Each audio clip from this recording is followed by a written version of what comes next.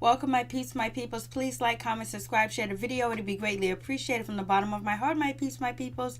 Let's talk about the Real Housewives of Potomac, season 3, episode 4. Like, OMG, this episode was really sad. Like, basically, you see where Ashley is coming from. The reason why that she goes after, Robyn, because Robyn is an image of her mother, a woman in a bad relationship, a woman staying with a man because of kids, a woman staying with a man because of finance, but Ashley mother is not staying with the man because of finance. But basically she see a weak woman. She sees a woman that needs to, spread her wings and fly, basically, and be her own person and be who she is and not be attached to a man. Don't let a man actually be their identity, who they identify themselves as. Because I'm with Juan. I am Robyn, but I'm with Juan. Juan is my baby's father. So basically this is why Ashley comes so hard at, Robyn. But it's not Ashley's place to come at Robyn like that. Robyn is a grown woman and she made her bed and she's gonna lie in it because she done spent and she done made Juan broke and he ain't gonna never forgive her for that. She took all that money and spent it. So basically we find out that, Robyn is with Juan because of financial reason and the kids or whatever. So then you get to the situation where you look at Ashley's mom. Ashley's mom looked like a sad, depressed, a woman who lost who she is, lost who she was, and forgot wherever she came from. She forgot her strength, she forgot her power, she forgot everything, and she attached herself to a man that was living in a tent. And when you see Ashley go to counseling, she actually tells her therapist that her mom abandoned her for a year, and because she wanted to be with a man. So her mom only identifies herself with a man. She doesn't feel any worthiness. There are some women that feel like if they're not attached to a man, if they're not attached to a partner, that they're nobody. So that old song that goes, I'd rather have a piece of man than no man. I forgot who sings that song, but she's a legendary singer. So you see where it goes. And then you have Ashley actually feels like, Mike, her husband, might not want her if she doesn't wash the dishes, if she doesn't do for him. Like she's on a constant goal that she thinking that, she has to do this, she has to do that, or people won't love her because her mother's using her for money. Her mother left her for men, and now she feels now she identifies like, I gotta do something, I gotta keep myself going, I gotta keep it up, I gotta always please, because if I don't, I might lose love. So that shit was real. It was real. They went real. Then we hear about, Monique actually, snapping, and she feels bad about the situation because she had a miscarriage and she's actually dealing with that situation with her husband. She didn't tell any of the girls, but, she had or maybe she did. I don't know. So anyways, we get on to, Candiace. She's at her house. She's with her husband and everything. And basically, he's chefing it up. He's cooking the mother's breakfast. He's cooking her breakfast. And basically, we find out that the mother has her own wing in the house. She has her own floor. And basically, the mom owns the house. The mom basically is paying for the wedding. That's what I was thinking last episode. That's why she wants to put her daughter in the dress that she wants to put her in, because she's paying for the wedding. And now we also realize that the mom wants to walk her daughter down the aisle. I don't know. I just know at one point in time, we got people having graduations that walk with their babies down the aisle. So if the mom wants to walk her down the aisle, I'll be like, hell no, slow your roll. She can find somebody to walk her down the aisle. She don't need her mother. Could you imagine her mother walking Candiace down the aisle? She'll be talking, she'll be waving, she'll be interjecting herself, especially, oh, no way. It wouldn't happen. So we see the mom, it's all in her daughter's business, and she's the boss and she's controlling, and it is what it is. And Chris and Candiace don't really put their foot down because they need that money. They need their cheddar, just like Ashley mother needs that money, needs that cheddar. And it was like, damn, Ashley mother met a guy that was living in a tent, and if Ashley wasn't around, she'd be living in a tent with him. That tells you she would do, and she will sink as low as slime to make sure she has a man in her life. And the way the mother was defending the man at the end, I was just like, damn. So anyways, it is what it is with that situation. Candiace is not going to be upset with, with Chris, doing a backflip off the, balcony into the pool. She's just going to let it be. Because she got bigger things to worry about. So now we get Monique. She's with her family. Basically, she's talking about, Robyn, running her mouth. And Robyn told Chrisette, Charisse, I don't know her name, Charisse, told Sharice, some info. And basically, so I guess Robyn was in the car with Sharice on the way to Monique's party. And Robyn was explaining the situation that went down with her and Monique with, the fan club posting things and things like that. And so I guess when Sharice got in the house, she ended up telling Monique the situation. So that I guess that's why Monique pulled, Robyn to the side to talk to her, and then Robyn addressed the situation. Then they got into like an argument, and then it went ham. So anyways, Monique is telling her family about, about what went down, of paying a fan page or whatever, she like paying for a fan page and all this other stuff. She's like, she's not down with that. She wouldn't do that. She's not gonna pay a fan page. Why is this girl worried about the money that I spent? She worried about the house I got. Must be nice when, last season she was getting a mansion, a bigger mansion, and like her paying for her assistant to work out with her. Basically, if she got money and she wants to spend it the way that she wants to spend it, it's her business. I guess, Robyn is looking at it as like, yo, you know what? I fucked up. I messed up. I waste money and I invested in something. I lost all my money. So you know what?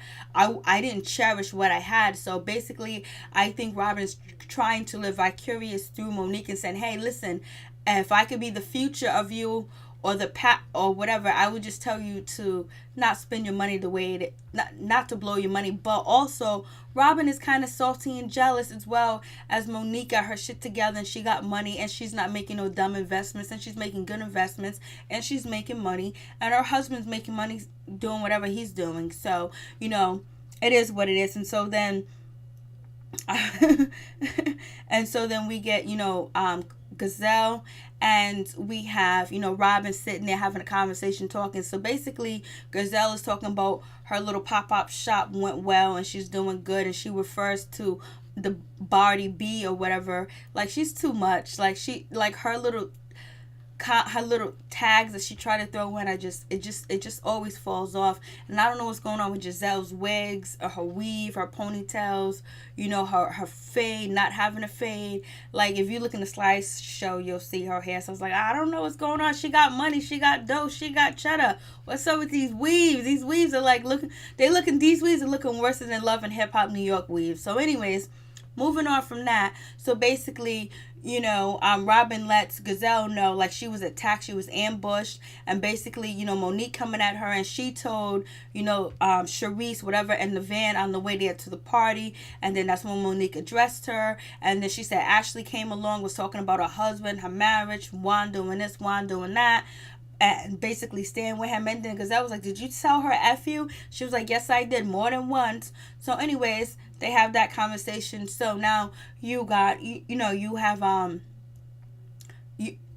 but anyways, one thing is Robyn is upset with, Monique having a fan page, somebody creating a fan page, and Monique liking a like on the fan page, and she's upset with Monique for doing that. But it didn't Gizelle do the same damn thing when she, retweeted from the Shade Room what they said about Karen and liking shit and then doing a hashtag? Isn't that the same damn thing? So why don't she think that, Gizelle is wrong as well?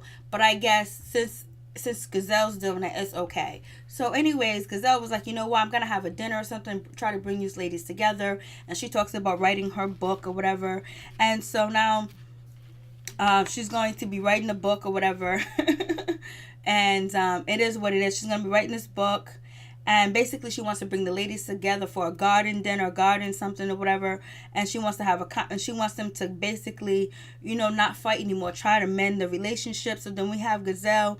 She is going out with Karen now, and she wants to make up with Karen, even though she shades Karen, talk about, oh, Karen don't got her big fat breast anymore because she removed her breast implants. Then she talked about, oh, Karen, when she seen Karen, she's go, oh, Karen, you look nice, you've been looking lovely lately. And Karen was like, I look lovely my whole entire life, I look good my whole entire life. But yeah, the last episode, Gizelle was talking about Karen, saying Karen, army fatigue outfit was terrible, and she had that Gucci belt on, basically shading her. But right now she's sitting here spitting lies in her face. So basically, Gizelle wants her friend Karen back. They've been knowing each other for 7 years. And so anyways, Karen wasn't trying to hear it, but Karen said that she forgave her when she got her together in the corner, and when she got her together in the corner or whatever. And so basically, Karen was gonna order all the expensive stuff on the menu, the salmon, and then order, the most expensive bottle of wine to get, Gizelle back. So anyways, her and Gizelle, they made up, they friends again. And basically Gizelle tells her that she's going to be writing a book too as well, and she's having a dinner party, and she's invited and try to get the ladies back together. So it is what it is. I was like, oh shit. And so, so she's writing the book or whatever, so it's all good. And then, we get to Ashley. She goes to, therapist, and she lets us know that her mother abandoned her at 5 years old for 1 year for a guy. And her mother wouldn't do the same for her. Her mother didn't sacrifice things for her, basically, and she doesn't feel loved. And then also she talks about, her mom's boyfriend of 15 years staying in a tent when she first met him, and basically him not being a good guy, not doing anything, and basically just feeling bad, feeling like she can't let go, and so feeling like she might lose Michael, and she feels like she has to run through hoops to make sure she doesn't lose anybody in her life. So she's working with that with the therapist. So it is what it is. I was just like, damn, they're going in. I was like, they got a lot more going on that it ain't nobody's business. And so we get to Monique basically going to counseling with Mike and her husband because they had the miscarriage, which is very sad. Did you see that pastor with that faux hawk or that mohawk or whatever? I was like, damn. Like, Chris and Monique got to be paying money, because in order for you to go to the pastor's house and chill with the pastor and the first lady, you got to have that cheddar. You got to have that ducats. They don't do that for broke people. And so it is what it is, in my opinion, from all the information that I know and what I have seen over the years. If you ain't got that money, Pastor ain't stopping by. Pastor ain't coming to your house, and you ain't coming to his house as well, because before you leave, we need an orphan. If you can't afford the orphan, then baby, you got to go. So it is what it is with that situation. And so, basically Gizelle meets up with her ghostwriter. Her ghostwriter's like, we're going to start shopping a book. Make sure you talk to your friends and your family, let them know. So Gizelle says she's going to tell some secrets, but she's going to make it part fantasy, and she's going to, embellish things so people won't know it's her actually. She's going to add on to the story. And so now we get to the, the garden dinner. We get Corsette. We have, Monique. I don't know what Ashley had on her head with that yellow bow. It was too much. Monique braids look nice, but Monique was in all black, ready to go to a funeral, it looked like. And Karen was all dressed sexy, like she was like 18, 19. Well, if you got it, flaunt it. Do what you got to do, Karen. Like, hey, you're trying to get with the pastor. That's why you're going to the Sunday brunch. And, Sharice, she looked nice too as well. Robyn, she looked nice too as well, but plain. Gizelle, I did like her dress as well. So anyways, it is what it is. So basically they go back and forth. So Gizelle was like the biggest problem at this table. Oh, but first, Gizelle was reading her book or whatever, and so now you have Ashley talking about Monique talking about she got a ghostwriter. She need a ghost reader because girl can't read for shit. I was like, why you gotta go there? And so anyway, so Gizelle was like, well, there is a problem, and it's between Ashley and Robyn. So basically Ashley and Robyn go back and forth. Robyn was like, I don't know why you in my business. Why you in my business? You always in my business. And my business. Can't you see, girl?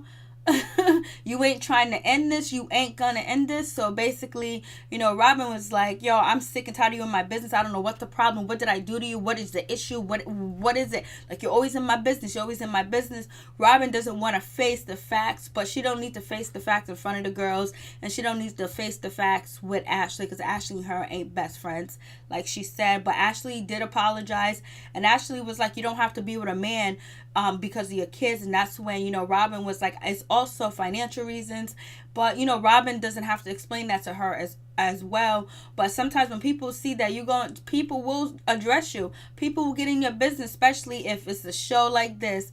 So basically, Ashley takes it back. She apologized because she realized where she's coming from, and she's in therapy, and she shares that. Karen co-signs Ashley. She's like, I can't believe this, but I'm glad that you're in therapy and you totally owned up to everything. So Ashley owned up being nasty towards, Robyn, and being in her business and things like that, and judging her, but she's judging her from a place of really caring for her because she sees what her mother's going through and what she's dealing with her mother. She's trying to help, Robyn, because Robyn is still younger than her mother, but it's not her place to, especially if she's not asking for help.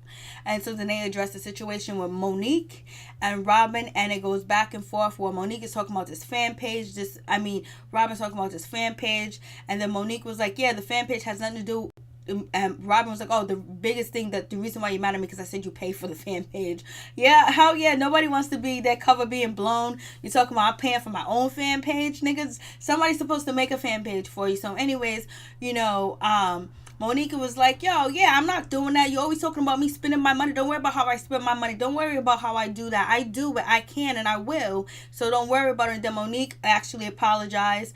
Basically saying that she's going through a lot. She doesn't let them know that she is pregnant or whatever. So it is what it is. And so basically everything is kumbaya between all the ladies until the next episode. And so we get the last scene where it is, Ashley and her mother, which is very sad because her mother does not want to let go of this guy. Ashley starts off the conversation talking about, Michael feels like I should let you. Michael feels like I'm putting you above him. He was like, she was like, why? I want to talk to him because he doesn't answer my phone calls. So basically, the mom is basically just really feeling, the guy that she's with for 15 years, she's defending him. Even Ashley was like, yo, he's mean. He's no good. She was like, look at the nice part of him. I'm going to work on him. I'm going to change him.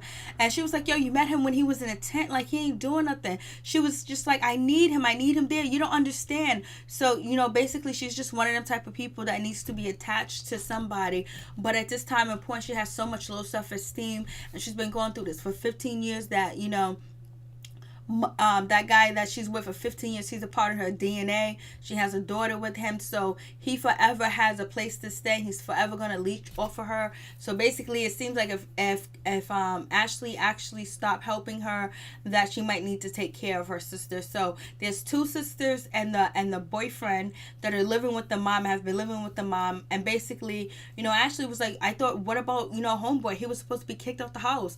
That was the contingency and everything upon you getting the house and us paying for this house. And basically, the mom was like, well, I just can't let him go like that. I just can't do that right away. And Ashley was like, I'm not gonna cut you off right away or whatever. So now that's gonna cause a problem with Ashley's husband because he actually wants for Ashley to cut her off. So the mom is gonna have to make a real deep decision. She's either gonna have to choose her daughter and finance, or she's gonna have to choose the man. So it seems like if she was willing to live in a tent 15 years ago, she can go back to the tent, I guess. It is what it is. The mom seems like she needs to be in therapy with Ashley. If Ashley does anything for her mom, is to put her in therapy so she can get back to where she was. Because the mom said, I want to be back to where I was. Ashley was like, Mom, you used to walk in a room and you used to sashay around. Everybody used to be like, woo, hey, baby, you. And now it's just down and out. She's just been beat. Ashley's mom has been beat down by life, and plus she also learned how to be a leech, just like the guy that she's with is a leech. So Ashley said, I'm not gonna cut you off right away, but I think Ashley, if Ashley doesn't know that Michael is actually, that she doesn't, if her and Michael don't have an agreement, if Ashley and Michael don't have an agreement with him being on Grindr and possibly sleeping with other men and doing all that other stuff, if he's doing all that, I'm going to continue to take care of my mother, especially if I don't know that you're doing it and you did it behind my back and it came on the internet. You want me to do something? No. Not if he actually was hooking up with guys on Grindr in another country, Australia somewhere, and doing that kind of stuff, and she didn't have no clue that he was bisexual and he was doing that kind of stuff, he wouldn't be able to force me to drop my mom. Peace. I'm out. One love.